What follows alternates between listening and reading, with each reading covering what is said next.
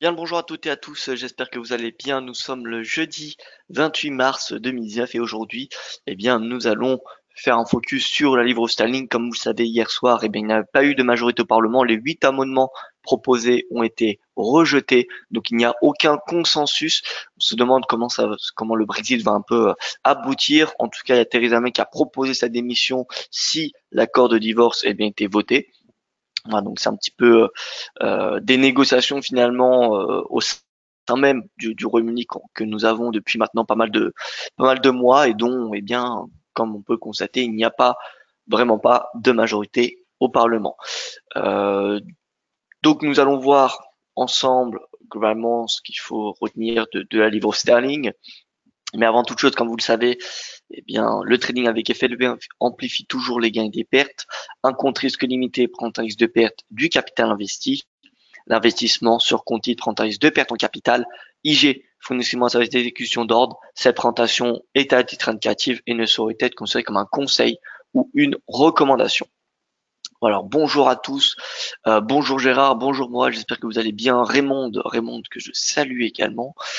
Frédéric de même. J'espère que voilà, vous allez bien en ce jeudi matin. Alors comme on peut constater hier, on a eu une baisse des marchés actions. Le S&P a perdu 0,46%, Nasdaq également. Le 10 ans US a inscrit un plus bas de 15 mois, donc ça c'est plutôt un signal d'aversion au risque. C'est-à-dire que le marché paye des obligations et s'il paye des obligations, il vend bien quelque part.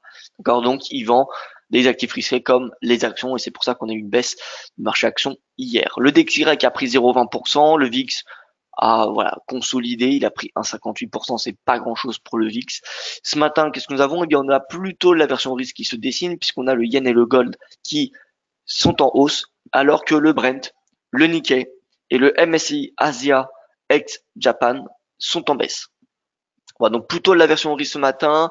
Nous aurons quelques statistiques dont nous surveillerons particulièrement. Tout d'abord, le PIB annualisé. Alors, ce sera pas non plus quelque chose de très très important. Je vous explique pourquoi. Bien parce que nous aurons, c'est l'estimation définitive. Définitive, pardon. Les préliminaires, les estimations préliminaires ont été déjà publiées. Donc voilà, ça devrait peu changer par rapport au consensus. Donc euh, Donc voilà. C'est surtout finalement l'inflation allemande, l'inflation flash allemande du mois de mars qui sera la plus surveillée aujourd'hui, qui est attendue à 1,5%. Donc voilà. Donc ça sera particulièrement important à suivre. Alors comme on peut le constater ce matin, on a plutôt les devises asiatiques, océaniques qui progressent, qui surperforment le yen, le NZD, l'AUD.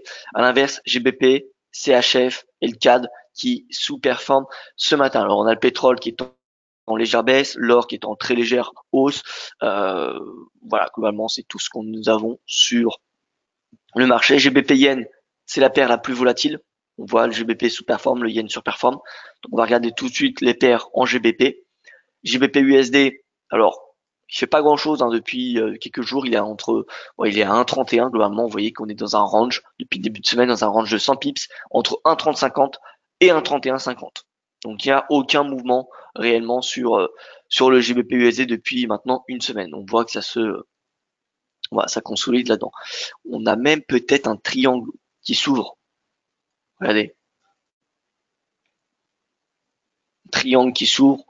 Euh, bon, voilà. Bon, j'aime pas trop cette figure chartiste, mais bon. Bon, en tout cas, on est a priori sur support. Maintenant, GBP/USD, c'est pas une devise qui m'intéresse, une paire de devises, pardon, qui m'intéresse à court terme, parce qu'il n'y a pas vraiment de configuration. Tout comme l'euro GBP, on regarde, l'euro GBP, c'est une consolidation depuis maintenant presque un mois. Oui, depuis qu'on est arrivé le 27 février, on est en consolidation.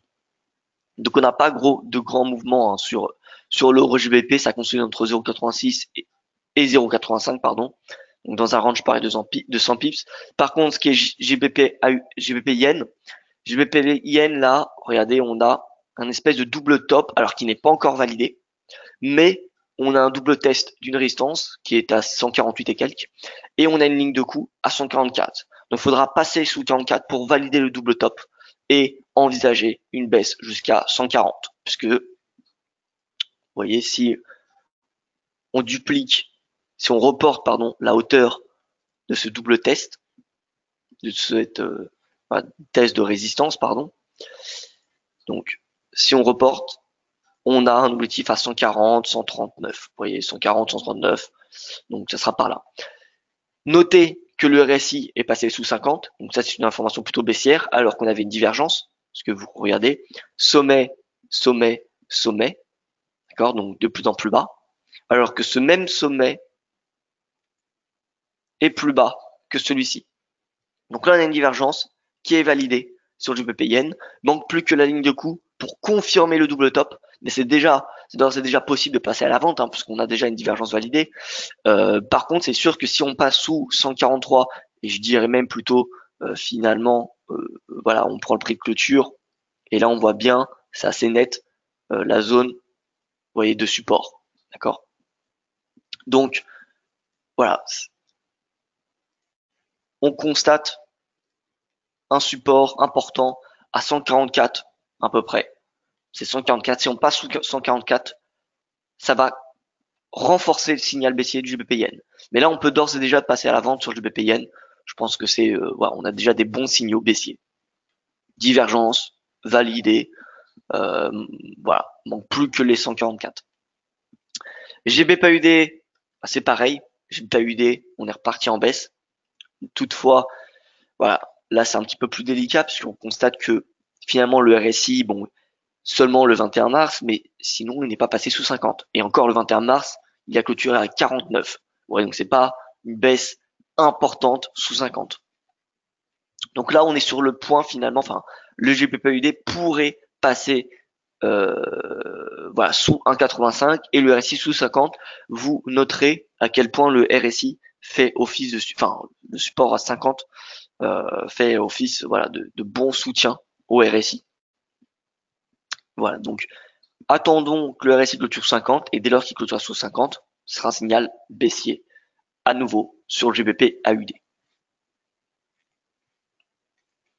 Alors, bien le bonjour à tous ceux qui nous rejoignent, bien le bonjour Dominique, bien le bonjour Edgy, j'espère que vous allez bien. Donc vous voyez, GBP plutôt une conviction baissière, en tout cas surtout sur le GBP Yen, où là on a eu clairement un signal baissier. Maintenant sur le GBP UD, on est en attente, ça peut prendre quelques jours, ça peut prendre seulement quelques jours normalement, hein. Ça m'étonnerait qu'on construise pendant plusieurs semaines avec un RSI sur 50, hein. C'est peu probable. Donc voilà, ça peut être aujourd'hui comme ça peut être demain ou en début de semaine prochaine, qu'on ait soit un rebond du RSI, et auquel cas on ira chercher les 1,89, ou alors on aura une clôture du RSI sous 50, et là dans ce cas-là, ce sera un signal baissier jusqu'à 1,80. Au niveau du DXY, bon, on a une tendance haussière qui se dessine, ça semble assez net. RSI 56, prix au-dessus de la moyenne mobile à 20 jours. Voilà. Je ne sais pas si on va chercher les sommets. En tout cas, la tendance elle est haussière. Donc, voilà, le dollar n'est plus à vendre pour le moment. N'est plus à vendre pour le moment. Ce qui soutient le dollar, c'est la baisse de l'euro. Pourquoi il y a une baisse de l'euro? Parce que le Bund allemand, on le regarde rapidement, mais le Bund il est extrêmement bas. Et quand on a un Bund très très bas, eh bien c'est mauvais pour les stratégies. Enfin, d'un point de vue des stratégies de carry trade, c'est très mauvais pour l'euro. C'est très mauvais pour l'euro. Et là, vous voyez, il est à ses niveaux les plus bas depuis 2016.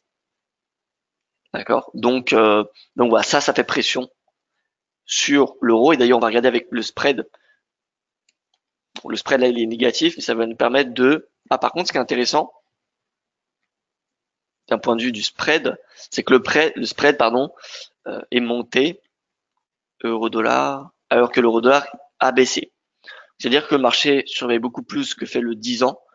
Enfin, le marché est beaucoup plus, surveille beaucoup plus, oui, le 10 ans allemand que finalement le spread.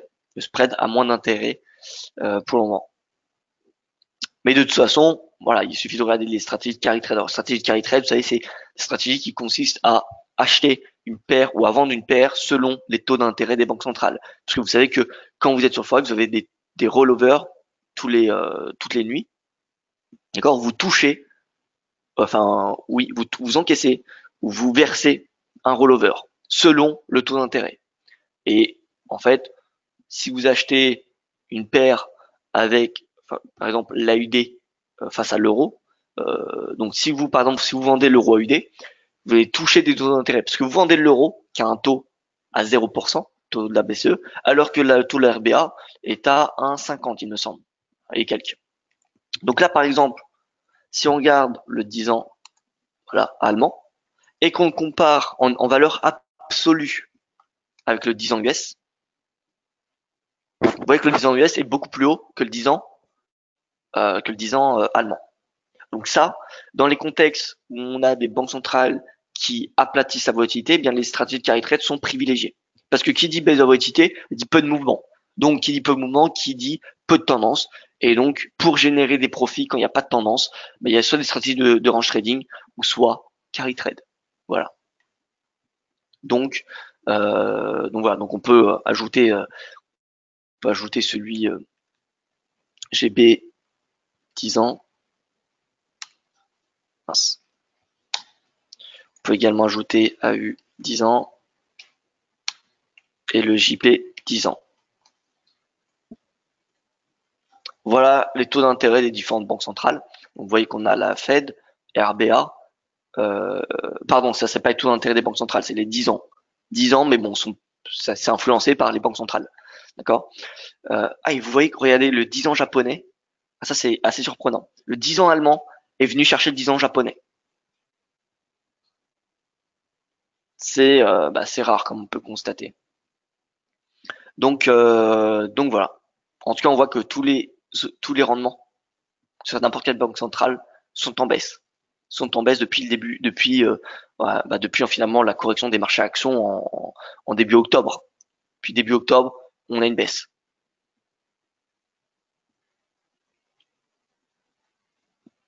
Donc voilà.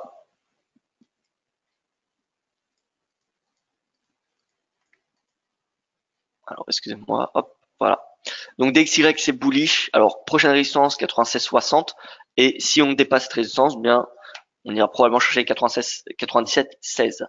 Finalement les plus hauts 2018 qui seront à nouveau une belle résistance. Maintenant l'eurodoll, si DXY est en baisse, il y a de très très fortes chances que l'eurodoll le soit. Si le DXY est en hausse, il y a de très fortes chances que l'eurodollar soit en baisse, compte tenu du fait que l'eurodollar compte pour 57% du DXY. Donc clairement, il n'y a pas de hausse du DXY sans baisse de l'euro. Donc l'euro, là, il est vendu. Prochain support, on le voit, c'est bien cet oblique en bleu. Si on se met sur du journalier, en fait, c'est cet oblique de long terme qui vient chercher les sommets 2015-2016. Et donc en clair, c'est finalement un 12. Voilà, un 12, c'est le prochain niveau de support. Donc je vais le tracer ici, et un 12,15. Donc là, l'euro s'est en baisse jusqu'à un 12,15. Pour moi, il n'y a pas de signe haussier, on n'a pas de divergence. Donc voilà. Pour le moment, c'est bearish. Vous voyez, ici, on avait eu un faux signal, une fausse divergence. Enfin, non, c'était une vraie divergence, mais du coup un faux signal. Puisqu'on a eu breakout, certes, mais on n'a pas eu de progression. Donc là, pour le coup, vous voyez comme quoi la divergence, c'est pas quelque chose de magique. Hein. Il y a des faux signaux, ça existe. Maintenant, voilà, plus on est sur des temps plus longues, moins il y a de faux signaux en général. Donc, l'eurodoll, c'est en baisse. Et je pense que c'est dans ce sens qu'il faut privilégier le trading aujourd'hui, à part si on a une accélération de l'inflation allemande, mais ça m'étonnerait. Hein. Vu les chiffres qu'on a eus ces derniers mois, ça m'étonnerait qu'on ait une accélération de l'inflation allemande. Voilà. Donc, l'eurodoll, c'est direction 1,1215, probablement en intraday. Au niveau de l'USD yen, ça consolide à 110. Donc baisse de l'USD yen, c'est-à-dire qu'on a un retour de la version au risque. Vous voyez comme quoi 110,78, ça fait un bon seuil de résistance. On a eu une divergence avec des sommets de plus en plus hauts ici et des sommets de plus en plus bas sur le RSI. La validation de la divergence hier matin, au courant de ce webinaire finalement. En 1 heure était peut-être un petit peu plus visible, même peut-être en 4 heures. 4 heures, oui, mais par contre, on n'était pas en... Alors non, pardon, il n'y avait pas de divergence en 4 heures. Ce n'est qu'en horaire qu'il y avait une divergence qui a été validée. Donc là, on retourne à 110, c'est pas le moment de vendre l'USD Yen à 110, il va falloir attendre un rebond. Et je pense que un rebond est envisageable. On voit qu'en 30 minutes, le RSI commence à se redresser, même à diverger à la hausse. Donc voilà, je ne serais pas surpris si on a un rebond de l'USD Yen en intraday. Un rebond à 110,25, voire même 110,30.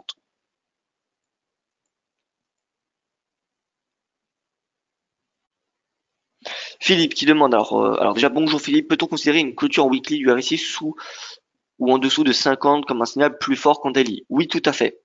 Plus le temps est long, plus le signal de votre indicateur technique, que ce soit le RSI ou un autre indicateur, eh bien, sera important.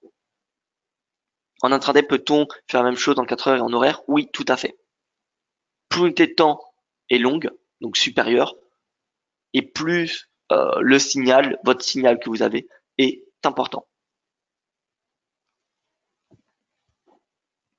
Et c'est valable pour tous les actifs, en effet. NG en bail sur très long terme. Alors, gaz, achat très long terme, alors journalier. Je pense qu'on peut attendre un retour à ce niveau de support, vous voyez. Parce que ce niveau de support, c'est un niveau très très important, vous voyez. Support en 2016, en 2007, en 2018 et depuis le début de l'année. Donc, voilà, ce niveau de prix sera intéressant pour le gaz naturel. Ce sera intéressant d'un point de vue ratio risque-rendement. Alors, je vais passer au marché action et ensuite je reviendrai sur le forex, sur les paires croisées. Donc le marché action, on voit que le DAX, on a une timide hausse sur le DAX. Pas vraiment de mouvement pour le moment. Je pense que le CAC est beaucoup plus intéressant à court terme puisque voilà, techniquement en 4 heures, alors je vais plutôt mettre sur le cash, voilà, CAC, voilà, CAC 40, comme l'avait très bien, comme on l'avait vu, pardon, avec Vincent Gann dans le webinaire de mardi.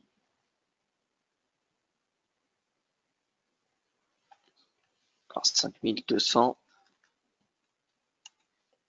Vous voyez, on est dans une zone neutre entre 5315 et 5200, même si je pense que d'un point de vue ratio risque-rendement, c'est beaucoup plus intéressant de payer proche des 5002, 5020, 5002, 5220, excusez-moi, jusqu'à les récents sommets, voire même 5500.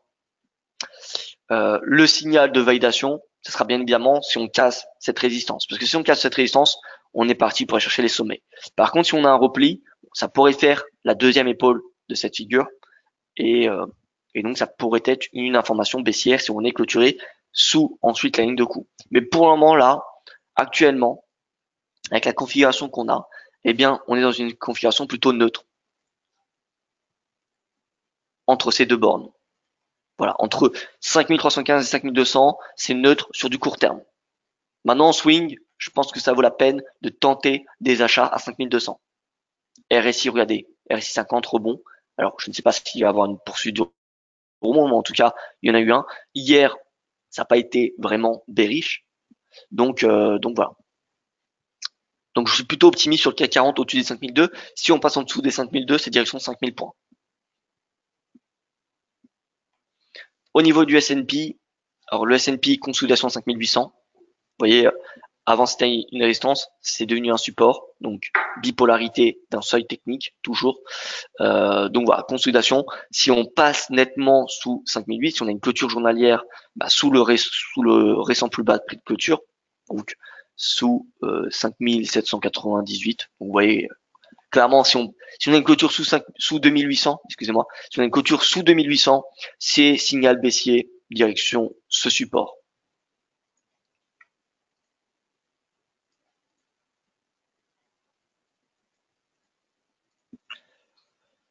Finalement même c'est voilà, c'est ce plus bas. Donc si on passe sous 2800 points, si on est clôture sous 2800, on ira chercher 2722. Et le CAC a de très fortes chances d'aller chercher 5200 points dans ce cas-là.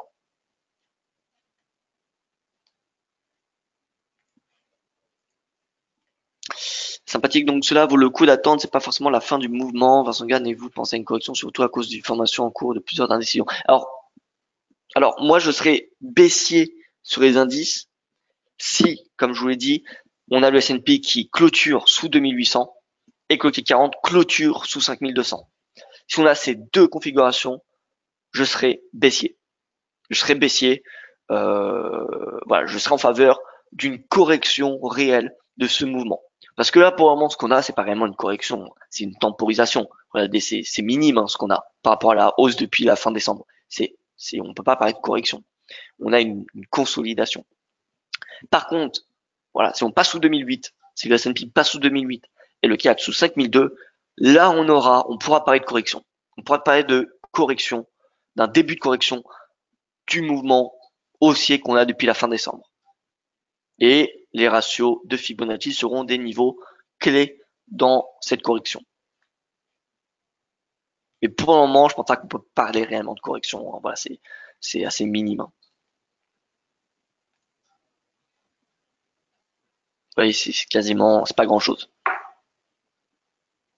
Par contre, si on casse ce support, on va inscrire un nouveau plus bas. Pour le moment, on n'a pas des creux de plus en plus bas. Les creux sont toujours de plus en plus hauts. Ici, le creux est dans la lignée du précédent. On n'a pas de creux de plus en plus bas pour le moment. Alors, je repasse sur le FX. Alors, on va tenter de trouver. C'est assez intéressant. Regardez l'euro franc. Il passait sous un 12. On commence à avoir une div. Attention, attention à l'euro franc. Il faut être très très prudent sur l'euro franc.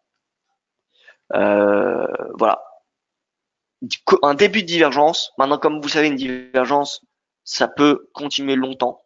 Donc là, tant que le RSI ne passe pas au-dessus de 50, il y aura absolument rien à faire sur l'euro franc. Si vous êtes à la vente, vu qu'il y a une divergence, commencez nettement à prendre des bénéfices, surtout qu'on est à un 12. Un 12, c'est probablement un seuil dont la BNS pourrait devenir active. Donc, voilà. Si vous êtes à la vente sur l'euro franc, posez-vous des questions quand même. Prenez des bénéfices, je pense. Voilà. Limitez au maximum votre risque si vous êtes à un 12, si on est à un 12 ou en dessous. Voilà. Maintenant, c'est pas le moment d'acheter. En tout cas, d'un point de vue de l'analyse technique, on est sur un bon niveau de support, mais en termes de timing, et c'est ça ce que nous aident réellement les indicateurs techniques, hein, c'est pas les indicateurs techniques, ça sert à optimiser notre timing d'entrée, mais en termes de timing, nous n'y sommes pas encore puisque le RSI n'a pas clôturé au-dessus de 50. Au niveau de l'euro-CAD, donc consolidation, rien à dire, ouais, c'est pas très intéressant. L'euro-yen, là l'euro-yen par contre, là l'euro-yen, regardez, c'est clairement bearish. Hein. Magnifique breakout des 125, on fait le pullback et depuis la baisse. J'ai pas vu l'euro-yen depuis le début de semaine, mais là c'est bien baissier. À mon avis l'euro-yen, alors on est parti pour aller chercher 123,4, puis potentiellement c'est possible hein, que l'euro-yen on a cherché les plus bas du début d'année hors flash crash parce que là c'était un manque de liquidité, mais donc du coup c'est probable qu'on a cherché les 121,50, 122. En tout cas en 4 heures c'est bien bear, le RSI et le prix. D'ailleurs on a eu un regardez. Pardon, j'ai oublié de vous le dire. Bollinger, squeeze, tout petit squeeze, hein. Mais vous voyez, squeeze, bande inférieure qui va vers le haut, bande supérieure qui va vers le bas, clôture en dessous, donc signal baissier. Journalier, pareil, c'est bien baissier. Le prix, le RSI, on est sous l'écart type de la moyenne mobile à 20 jours. Bref, c'est baissier. Là, c'est fort. Enfin, il y a des chances quand même qu'on a cherché 122. Hein. Voilà, 122 sera un bon niveau de support à surveiller. Ah, excusez-moi, je suis débranché. Bon, on va faire. De toute façon, je touche à la fin de ce webinaire. Donc l'euro AUD, toujours à consolidation. Donc tant qu'on est dans cette zone, il y a pas grand chose à faire. Honnêtement, là, c'est pas très intéressant de trader l'euro UD tant qu'on est dans cette zone de prix. Si on casse à la hausse, on achète un 63,54. Si on casse à la baisse, on achète un 55. Je continue sur l'or. L'or qui, voilà, est sous pression. Sous pression parce qu'on a une remontée du dollar. Donc, vous savez que le dollar, c'est vraiment le catalyseur. Enfin, c'est l'actif qui influence le plus l'or. Plus que la version ou l'appétit pour risque, le dollar, voilà, ça a un impact majeur sur l'or. Maintenant, on a quand même un RSI qui est à 50, donc c'est un niveau de support. On est à 1310 depuis hier, comme prévu, puisqu'on parlait en début du webinaire d'hier, un retour à 1310. On casse le bas de ce canal, malgré la divergence qui a été validée. Donc encore une fois en horaire, vous voyez en horaire, les divergences, ça donne des signaux, mais il y a quand même pas mal de déchets. Donc voilà, l'or, c'est baissier. Hein. Là, à mon avis, on ira chercher plus bas que 1310. Pour le moment, c'est BR en 4 heures, en horaire. Et en 4 heures, on passe en territoire bearish depuis hier après-midi. Donc on pourrait avoir une accélération baissière jusqu'à 1300.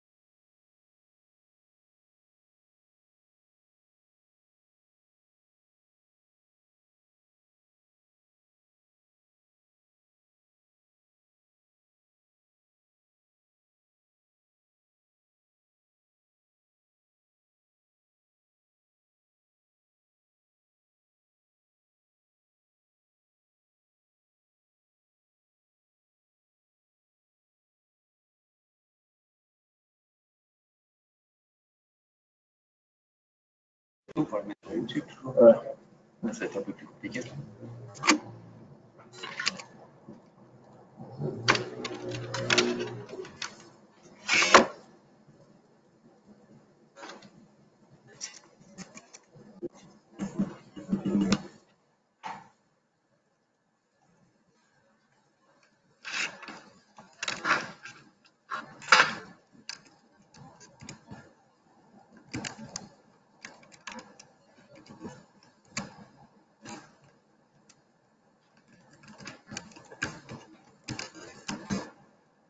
Ah, je suis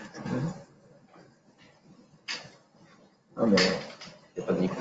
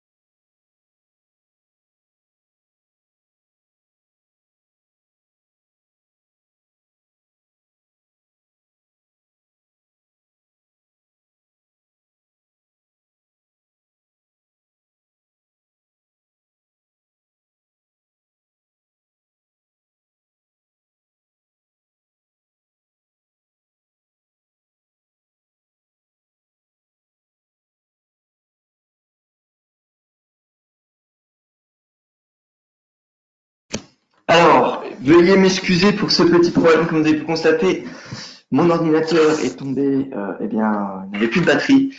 Donc voilà, petit problème, mais c'est bon, c'est en place. Est-ce que vous pouvez me confirmer que l'image et le son fonctionnent du coup? Voilà, m'excuser. Oui, tout est parfait. Bon, nous allons de toute façon bientôt terminer. Merci en tout cas pour votre patience, hein. Merci. Alors, donc Laure, ce que je disais, c'est que, eh bien, c'est plutôt baissier. On a un RSI qui passe sous 50. D'ailleurs, non, on n'a pas d'une épaule tête épaule parce que la ligne de coup ne passe pas par les supports, mais on voit qu'on a, vous voyez, des sommets et des creux qui deviennent de plus en plus bas, sommet creux. Donc on a un début de tendance haussière finalement depuis le début de la semaine qui se dessine, ce qui est logique puisqu'on a un rebond du dollar. Mais voilà, donc le dollar, perspective plutôt haussière, l'euro, on voit qu'il n'est pas encore sur support, donc l'euro peut encore baisser, ce qui veut dire que ça donne une marge de progression au dollar. Et donc, l'or a encore des chances de reculer. À part si soudainement, nous avons un pic de volatilité, on commence à avoir un repli de 2%, voire plus des marchés actions. Là, on pourrait voir l'or à la rigueur consolider, ça viendrait compenser le fait, le rebond du dollar. finalement qui fait pression sur l'or. Donc ça devrait un petit peu équilibrer.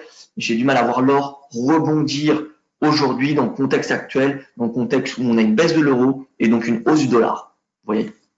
Donc par contre, dès que l'euro arrivera à un 12,15 et finalement proche de ces supports-là, dans cette zone de support, bien là, c'est une zone de support importante puisque c'est là où le cours avait rebondi après la BCE, donc il y avait un pic de volatilité et on a rebondi à ce niveau de prix. Donc ce niveau de support, c'est là où les acheteurs ont dominé. Donc cette zone de prix, dès qu'on arrivera dedans, eh bien il y aura une probabilité quand même de rebond de l'euro assez importante. En tout cas, il faudra surveiller les signaux. Et si on commence à avoir un début de rebond de l'euro, ça sous-entendra une baisse du dollar et donc une hausse de l'or. Voilà. Donc surveillons l'or, surveillons l'euro, parce que l'euro influencera le DXY, le DXY influencera l'or.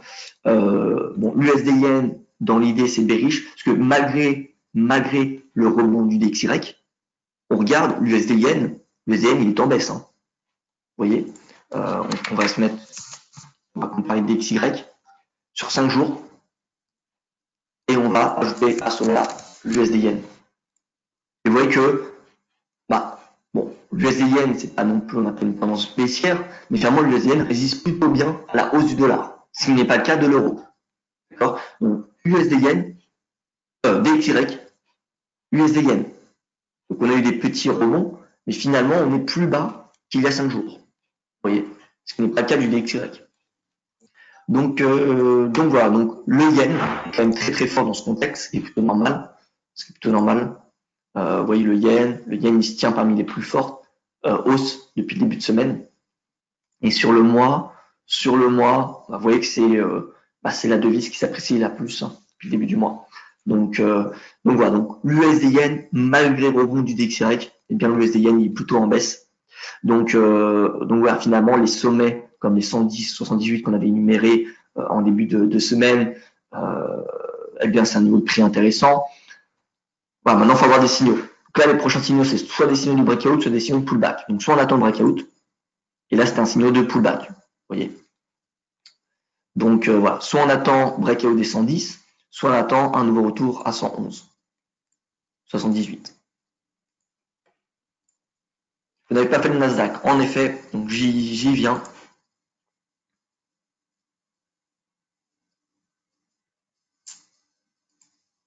Alors le Nasdaq 100.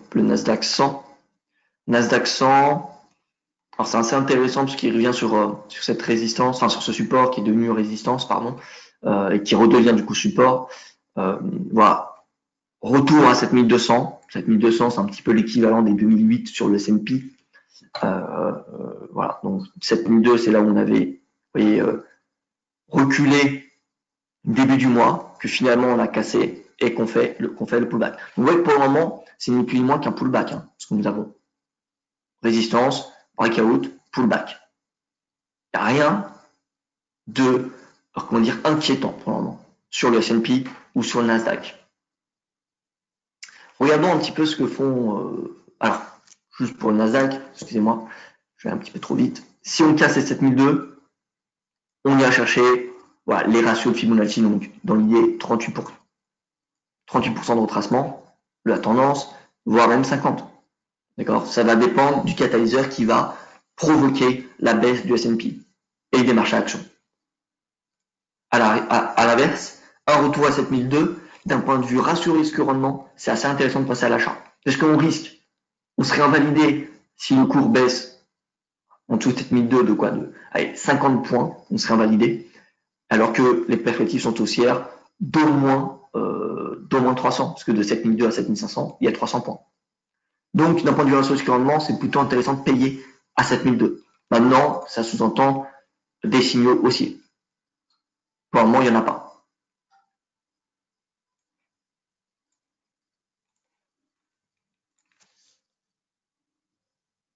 Voilà, je voulais faire un tractif.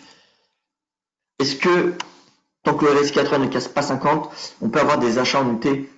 Alors, est-ce que tant que le RSI 80 ne passe pas 50, on peut avoir le RSI en au-dessus de 50? Oui, tout à fait.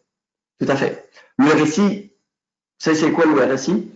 C'est la moyenne des mèches haussières divisées par la moyenne des mèches baissières. Regardez, c'est très très simple la formule du RSI.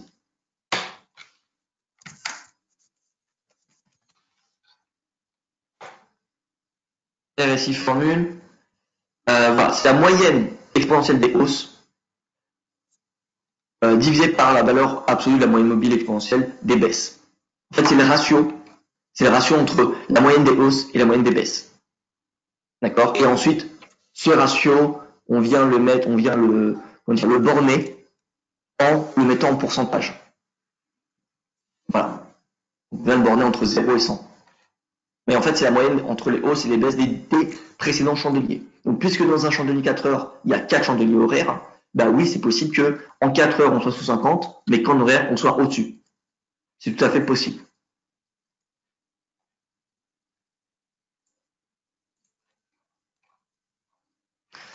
Et ça dépend également votre période de temps. Là, c'est sur du 14 périodes. Mais si je me mettais, c'est pas moi, en 7 périodes, on aurait quelque chose de beaucoup plus volatile. Et à l'inverse, si je me mets en 21, donc sur le RSI, je vous conseille des multiples de 7. Donc 7, 14, 21. Ça suffit, pas besoin d'aller au-dessus de 21, sinon vous allez avoir quelque chose de flat. Si vous mettez 28, 28, ça sert pas à grand chose. En tout cas, je ne vois pas l'utilité d'utiliser 28. Donc 14, c'est celui de base. Maintenant, il y a des dérivés, on peut très bien utiliser le 7, on peut très bien utiliser encore plus bas, mais voilà. Et donc, ce que je voulais rajouter, c'est l'or, d'accord, on arrive sur support 1300, l'argent à surveiller, 15, ça va être un puissant niveau de support. Le cuivre, qu'est-ce qu'il fait le cuivre? Alors, breakout, pullback. La question est de savoir, le cuivre, c'est est-ce qu'il va réintégrer, est-ce que c'était un faux breakout? Donc, est-ce qu'il va repasser, il va revenir dans cette zone de consolidation? Ou est-ce que finalement, il fait un pullback pour repartir à la baisse? Le cuivre, pour ceux qui ont suivi le webinaire éducatif d'hier soir, eh bien, c'est un baromètre d'appétit d'aversion au risque. Vous le savez. Le cuivre, dès qu'il est en hausse, c'est synonyme d'appétit au risque. Le cuivre, dès qu'il est en baisse, c'est synonyme d'aversion au risque. Et là, pour le moment, le cuivre, il rebondit depuis le début de semaine, comme tous les actifs risqués, comme les indices, comme les devises Como. Mais, voilà, on n'a pas non plus de rallye haussier. Et pour le moment, on reste sous une résistance majeure qui correspond au haut de ce range. Donc, voilà, le cuivre, là, ce sera intéressant à suivre. Soit on réintègre, et dans ce cas, c'était une fausse cassure, donc c'était un faux signal de vente, c'était un faux signal d'aversion au risque, donc ce sera également bullish pour le marché action, ou soit on part en baisse. Et dans ce cas-là, c'est baissier pour les métaux, mais également clairement, c'est l'aversion au risque, donc baissier pour les indices.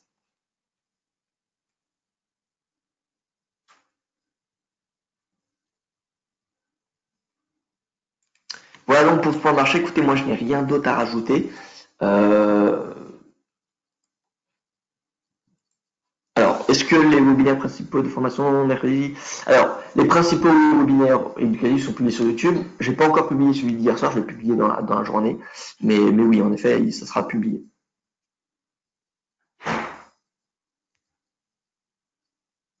Alors, Crédit qui dit, normal que l'on dirait que le webinaire est fait par une personne qui est coincée dans sa salle d'eau. Alors non, c'est pas normal, merci de me l'avoir dit. Voilà, merci. Je vais tâcher de faire mieux.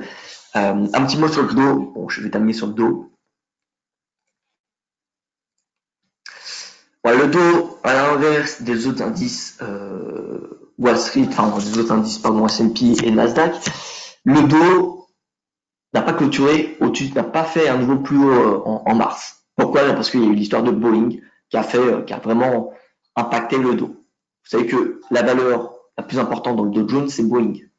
Parce que le Dow Jones n'utilise pas la capitalisation boursière, mais le prix de l'action pour pondérer les composantes dans son indice. Donc, le dos, c'est neutre. Voilà. On n'a pas de nouveau sommet. Dans le temps, on n'a pas des creux de plus en plus bas. Il faudrait qu'on passe sous ce creux en prix de clôture pour qu'on ait une tendance baissière qui se dessine. On voit par contre que le RSI, il est indécis puisqu'il est à 50. Donc là, pour le moment, il n'y a pas grand-chose à faire sur le Dow Jones. Voilà. Pour moi, là, le dos, il n'y a absolument rien à faire. Le prix est flat. On est dans les bandes de Bollinger. Vous voyez qu'on n'a pas eu de clôture à l'extérieur. Et en tout seul, le RSI est à 50. Donc là, on est typiquement dans une zone de consolidation. Et le breakout nous donnera un nouveau signal important. Soit on casse en dessous, bande inférieure de Bollinger. Dans ce cas-là, on vient utiliser le ratio de Fibo et on vient chercher les 24 500 points dans un premier temps.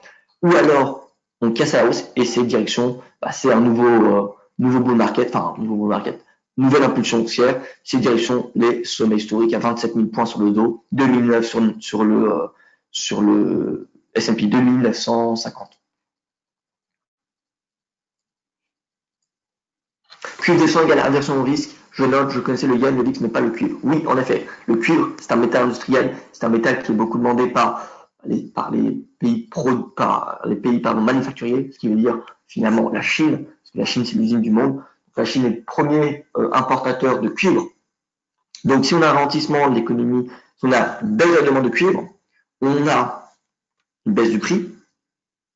Et donc, si on a une baisse du prix, on a une baisse de la demande. C'est synonyme de baisse de la demande, parce que les stocks de cuivre sont limités, d'accord. Et donc, si on a une baisse de la demande, c'est souvent là un ralentissement de l'économie, parce que le cuivre est utilisé dans l'activité manufacturière.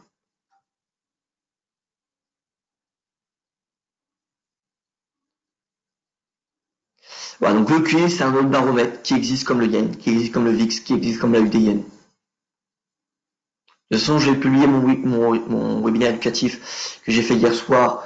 Je vais le publier dans la journée et vous pourrez voir les différents baromètres que personnellement je regarde et que vous pourrez regarder pour avoir une meilleure compréhension de ce qui se passe sur les marchés. Voilà donc pour ce marché. Écoutez, merci pour votre attention. Je vous souhaite une excellente journée. Je vous dis à demain pour ma prochaine revue des marchés.